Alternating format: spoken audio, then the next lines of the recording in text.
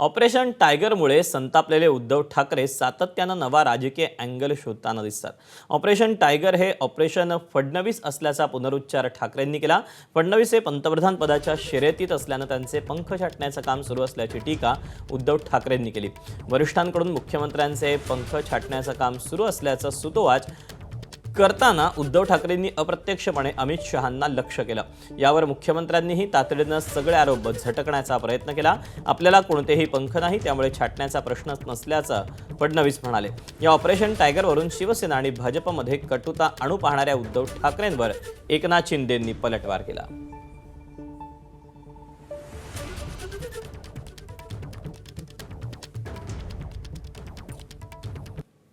काल माझ्यासोबत तिकडे काल परवा माझ्यासोबत विमानात बसले होते, पण हतबल होते, हतबल म्हणजे कळतच नव्हता मुख्यमंत्री असा काय झालं। ह्या आत्मविश्वास पूर्णपणे गमावलेला हा माणूस, कारण त्यांना कळते की आपले पंख कापतायत आणि कापणारे आपलेच बॉस आहेत। आपण करायचं काय, न्याय तरी कोणाकडे मागायचा,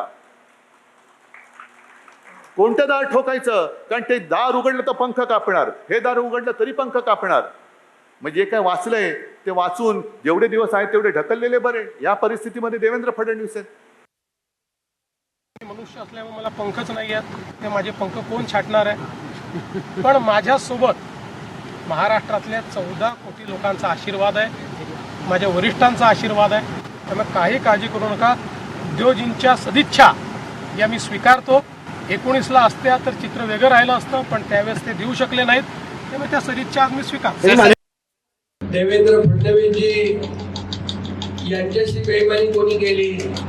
भाऊसाहेब तुम्हाला मी सांगतो, देवेंद्रजींच्या बद्दल आता जे बोलताय ज्या पद्धतीने, म्हणजे तुम्हाला सांगतो या देवेंद्रजींच्यावर खोटे गुन्हे दाखल करणारे हेच होते, त्यांच्या सागर बंगल्यावर पोलीस पाठवणारे देखील हेच होते। आता ह्याने खोटं पुतना मावशीचं प्रेम उफाळून आलेलं आहे।